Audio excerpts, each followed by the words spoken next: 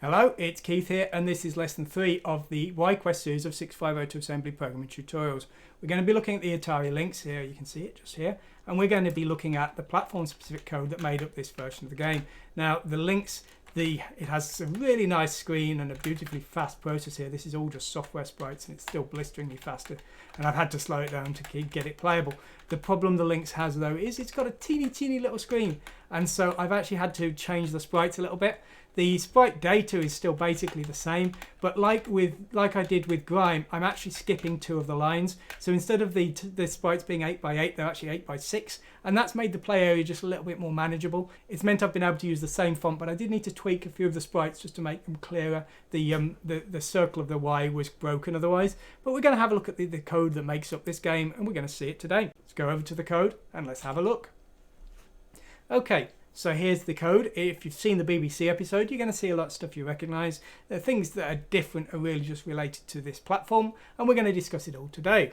So the first thing is we're defining the screen size. Of course, the Lynx is one of the systems with a challenging screen size, and we're going to look at the code that's had to deal with that.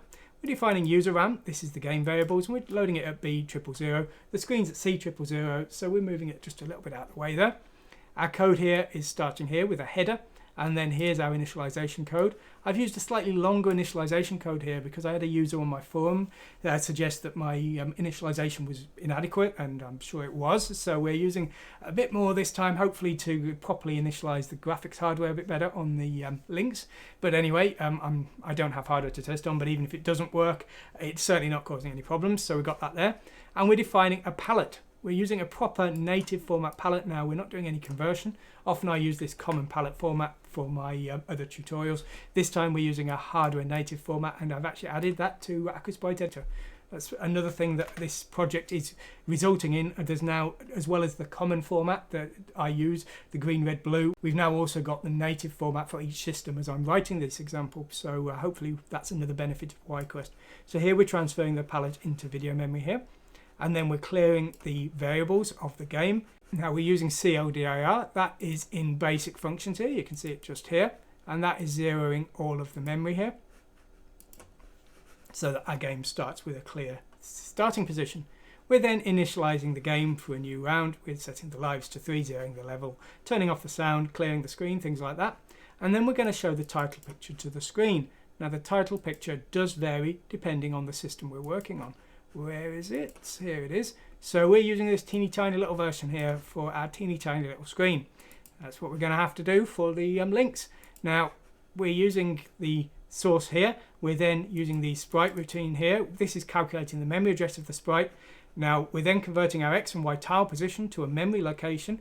The screen uses 2 pixels per byte, so we're multiplying the X position by 4 to get a byte position for the tile, and there's 8 lines per tile, so we're multiplying the Y position by 8, and then we're using show sprite to show it to the screen, and we're repeating until we've shown the entire graphic here. We're then showing some text messages to the screen here. The positions are different to the BBC version just to compensate for that little screen, and here's the start of the actual game.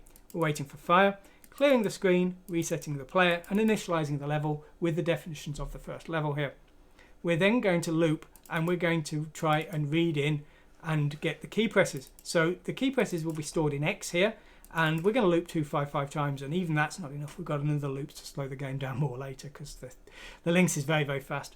Read controls dual is reading in the keyboard, and we'll see that in a moment. Once we've waited and read in the keyboard though, we're going to draw the user interface. That's the text of the live score and things like that at the top and bottom of the screen, and then we're going to clear off the old position of the player, and we're then going to process the new position of the player. So first we're going to check key timeout. Now as you hold down and up, down, or down, left, right, that kind of direction, the player will start to accelerate, and if they accelerate too fast they'll get out of control. So we want to ignore the key being held down for a little while when each button's pressed, and that's what the key timeout does. So we're going to skip over the next part if that's being pressed. With each of these is a direction, up, down, left and right, and we're going to change the X and Y acceleration of the player. And we're using these dec and inc IX functions here, and these are in the multi-platform code, I think. Here they are. So these are incrementing or decrementing the value at the 0 page entries IX or IY here, and these are incrementing or decrementing the 0 page entries at IX here, and so these are altering the acceleration of the player accordingly depending on what keys are being pressed. We've got the fire button here. If the player presses fire, we're going to fire a bullet. If they press fire 2, we're actually going to stop the movement, so we immediately cease movement here. Now you'll see here X is actually being set to 5 in these cases, and that's being used as the key timeout down here. So this is going to stop any more keys being processed for a little while. Finally, once we've processed input, we're going to draw all the new sprites to the screen, and we've got another loop here just to slow the game down a bit more because it was so fast otherwise. The old Lynx got a fast CPU. And that's why there's so little optimization in this game, because it was too fast at the best of times. So if you're thinking the code's unoptimized, then I'm afraid it wasn't worth it because the game was too fast. So here we're jumping back to the start for the next iteration of the game loop. We've got our clear screen routine here.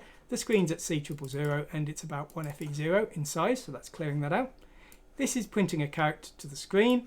We are needing to calculate the offset in our font of the current character.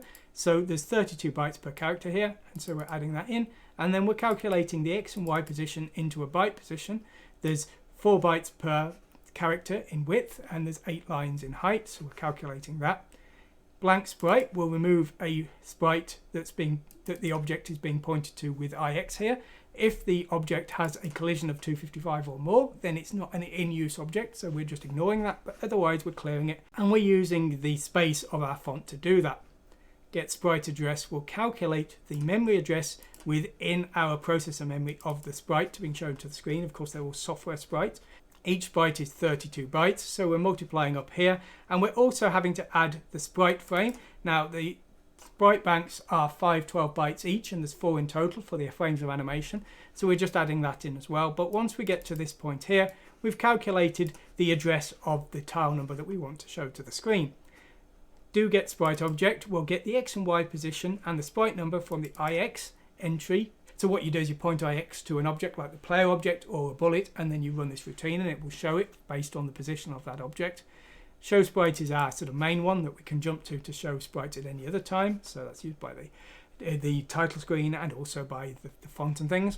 It will get the screen position, and then it will transfer the bitmap data to the screen here.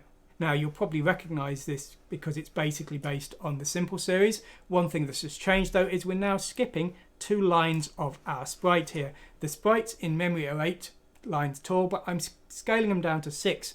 Now I could have created new sprites for this and used a different file, but that would have been more work, and to be honest, as I say, memory wasn't it was more important to me to save a little bit of time, so I've done it in software rather than actually converting my files. So that's what I've done there.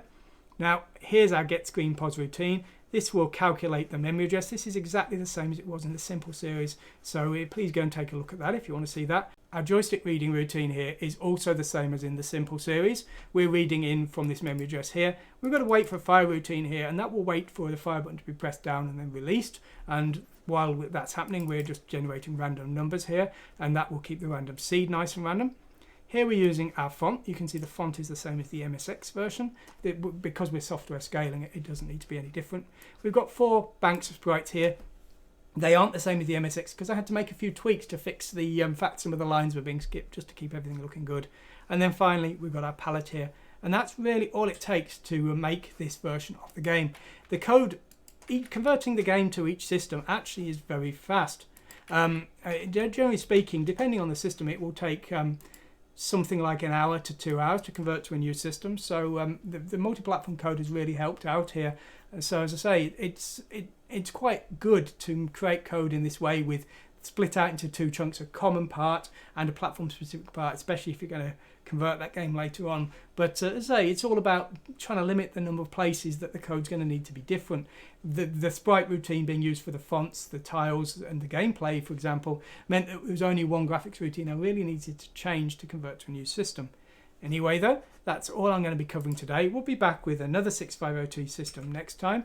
I hope you've enjoyed this. If you have, please like and subscribe. If you like the videos, then YouTube recommends them to other people, which really helps me out. So please think about doing that. But anyway, whatever you do, I hope you enjoyed this, and I hope you enjoy your creative projects, and I wish you all the best with them.